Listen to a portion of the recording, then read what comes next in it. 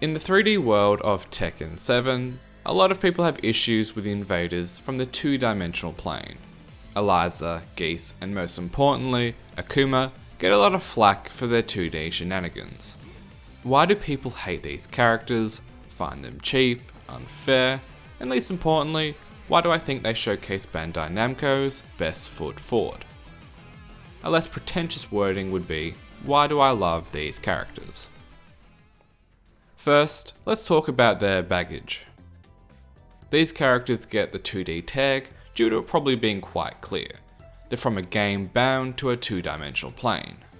It's pretty self-explanatory, and before you click onto that sidebar video, that's not really what people mean when they say 2D characters. At least that's not what I hear. 2D characters are more about the rule sets and mechanics brought across from within that character's toolkit, such as their meter, Akuma's Street Fighter 4-esque FADC, Geese's max mode, and all of their special cancel powers. Now I find it pretty difficult to believe that there are people out there that think these characters aren't at least neat in theory.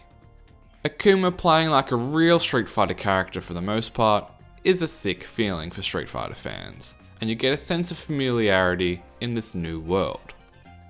Now in practice, well, I still think it's okay for the most part. Being able to do short combos with certain attacks into special cancels using FADC for combo extensions feels incredible. The love and care that went into Geese and Akuma flows through their gameplay with all their unique mechanics, and using Akuma in training mode invokes these memories of Street Fighter 4 that makes me really happy to see from Tekken. Now yes, I'm sure at the tippity top of competitive play, it's really lame to get dick jabbed into one of the most damaging combos in the game. But I'm gonna be honest, I've never really played a good enough Akuma to have to endure that wrath. Well, at least before Tatsu did this. I've played some blue rank Akumas and some Tekken God Akumas, and it's honestly quite rare to eat a life bar combo. Now, does scarcity make it okay that a character has some legitimately broken stuff? No, it doesn't. I don't think it's okay that he can do all of this, but I feel like a lot of people's opinion may be copy-pasted from their favourite top player getting down 3'd by an Akuma and being taken for a ride. And the Akuma players really don't help the cause by any means. They know that he's a raging, broken demon. But I do think things can be tuned, especially in the new iteration of Tekken. I know it may seem like we're tempting fate by leaving it in the hands that crafted Fakaram, but I think it would be such a sad sight to see one of the most unique concepts and experiences left behind because of a few overtuned mechanics. Trying a few things like removing the ability to cancel out of 10-frame moves and making things like down 3 only cancelable into non-busted Tatsu for knockdown, slowing down meter, or just changing combo pathways for shorter options when it comes to the faster frame moves would probably be a safe place to start. I'm also of the opinion that they should probably apply non-lunar gravity to these 2D characters because jumping around really doesn't fit the theme of Tekken that well, and if you want to keep their jumping moves, maybe make them more like orbital type moves so it kind of fits the realm of Tekken.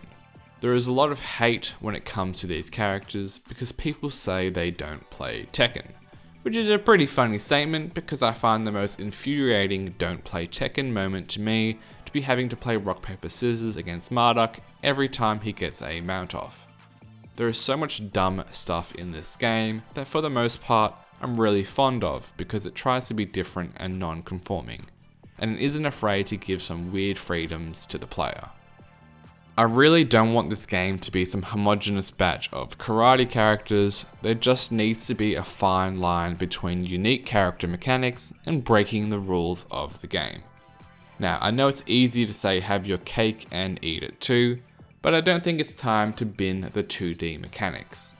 If Akuma and Geese are only temporary for Tekken 7, then I really think they should build upon Eliza's moveset and make her the vessel for 2D gameplay.